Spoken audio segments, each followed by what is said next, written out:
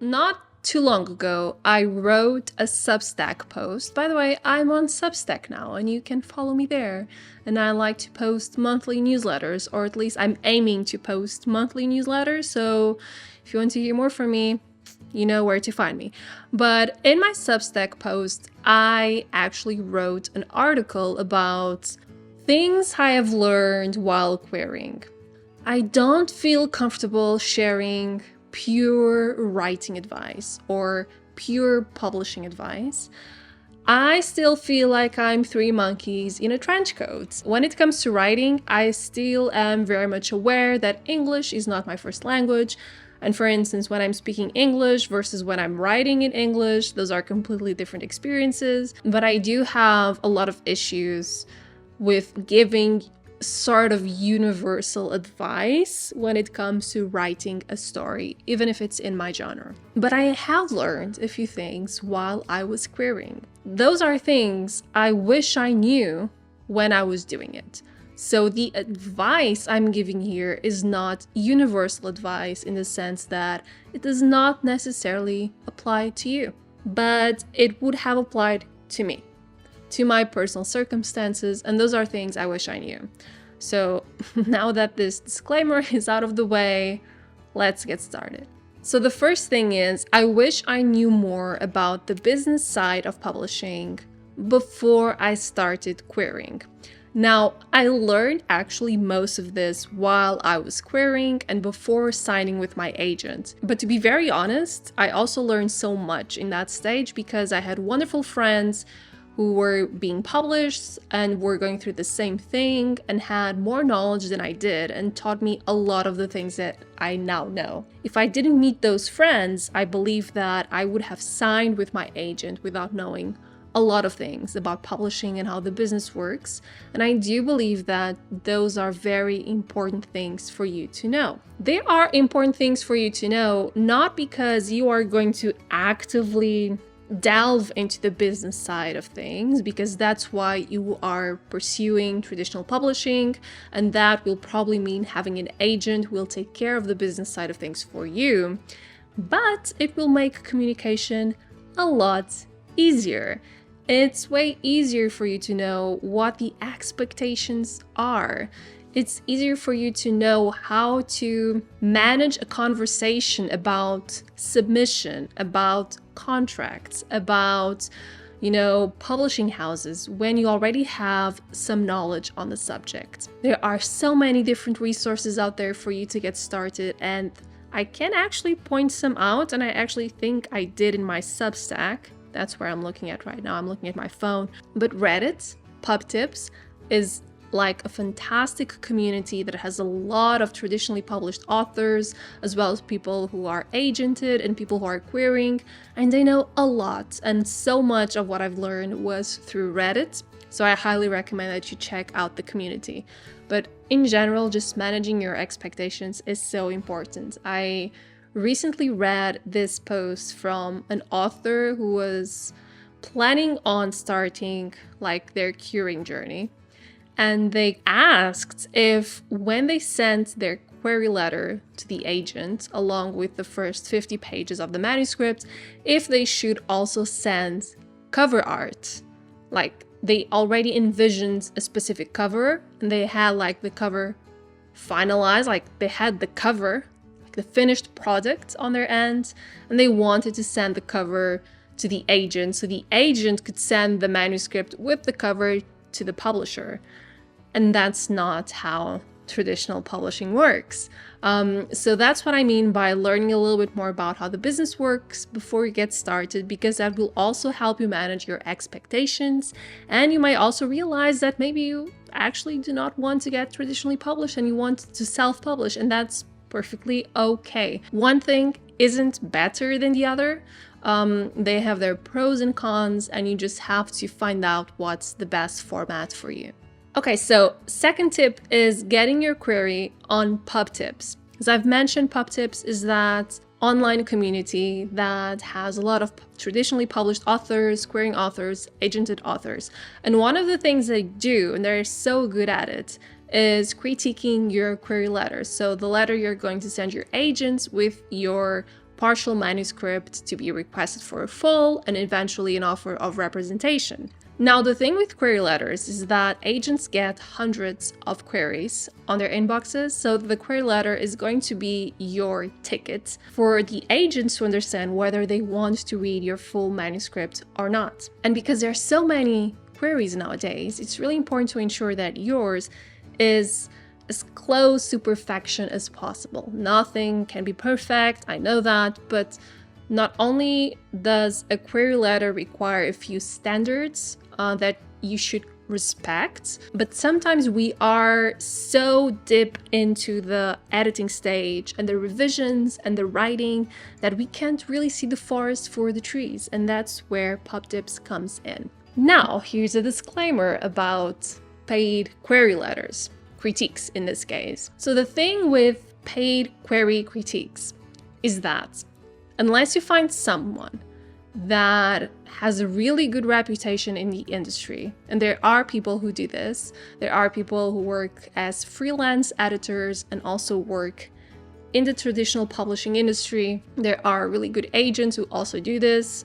Unless you find a person with a really good reputation, very often what will happen is that there are people offering these editing services and they're not really doing anything. They're grabbing your letter, they're putting it on ChatGPT. ChatGPT is going to spit out sort of feedback or critique, and then you're going to pay these people to do that. Don't. I unfortunately did that, and I paid for people to critique my query letter before I realized PubTips existed. In PubTips, they do it for free. They're not going to add your query letter on ChatGPT. They're going to really provide valuable feedback at zero cost. So that's your best way to do this. Now you may ask me, but isn't it public? It is very public. Here's the thing. Traditional publishing is not the right thing to pursue if you can't handle harsh feedback and rejection. Okay, my camera just stopped recording, so let's see if I can restart this from the right place. If you feel like you cannot handle rejection and you cannot handle the idea of having your query letter being publicly criticized, that's fair, but simultaneously, you really have to consider whether you have the right mindset and if you are comfortable with dealing with that sort of scrutiny, that sort of rejection for years, because that's what's going to happen afterwards. In all the stages of traditional publishing, you're going to deal with that sort of harsh feedback and harsh rejection. So PubTips is also a really good idea for you to not only test the quality of your query letter, but also test how emotionally available you are for rejection and criticism. The third thing I wish I had done back in the trenches was setting up a separate email client, a separate email account, and then a separate email client. So like the two things. And I recommend this, and I know a lot of authors recommend the same, because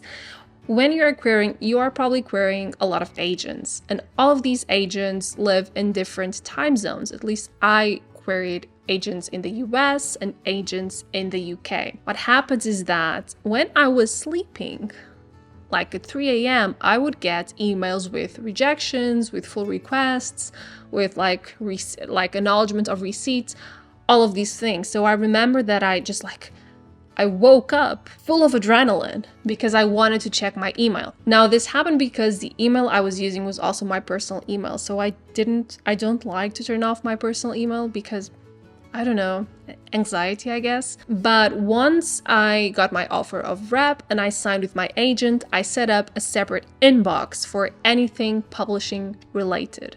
So now when I get a notification on my phone, I know whether it's going to be my lovely agent or if it's just going to be the electrical company telling me to pay the bill. And I wish I did this beforehand, because when I was querying, I got so many emails, and sometimes I got so many personal emails and I never knew what was going to happen, and it makes the process so much easier. Another thing I wish I knew, and this is also in a very, very early stage when I was querying, is that if you cannot nail down the 3-paragraph query, it's because you probably have a problem with your manuscript. Like, it's not the query that's at fault. It's not your inability to write down a synopsis. I hate a synopsis. I hate a synopsis. I hate outlines, blurbs, anything that requires summarizing a lot of words into a few words. I hate the entire process of doing it. But I remember that when I was querying my first book, in the initial stages, I literally could not commit to the standard query letter format because my manuscript was not adaptable to that format, because there was a problem with my plotting. There was a big issue with my plotting, so I wasn't respecting the minimum standards of plot beats. And because I wasn't respecting those standards, I wasn't able to fully summarize my story into a 3-paragraph query letter.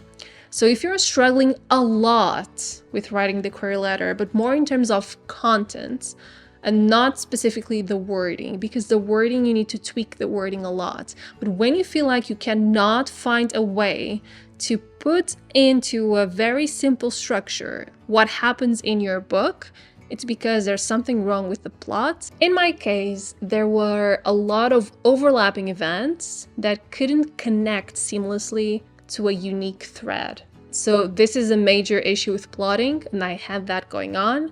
And that meant I had to go back to my manuscript and really edit my manuscript and ensure that those overlapping elements, all of those events, they were consistent with the main thread of the book.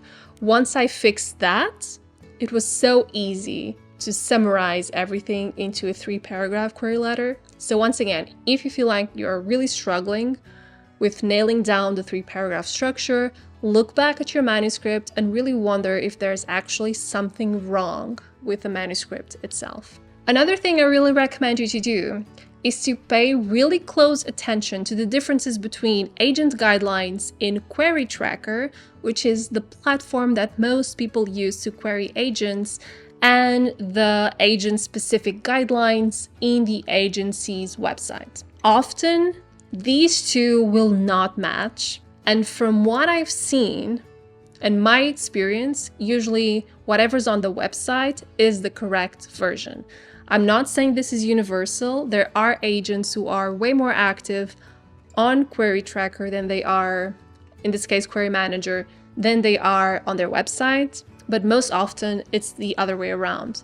I always give this example. If I was completely following my agent's guidelines, I would never have queried my agent, because in Query Tracker, when I found my agent's profile, my agent did not have fantasy as a genre. She had romance/fantasy, so like romance is the main genre, then fantasy as a subgenre. But I checked my agent's website and my agent was taking on fantasy submissions, so I submitted my manuscript anyway.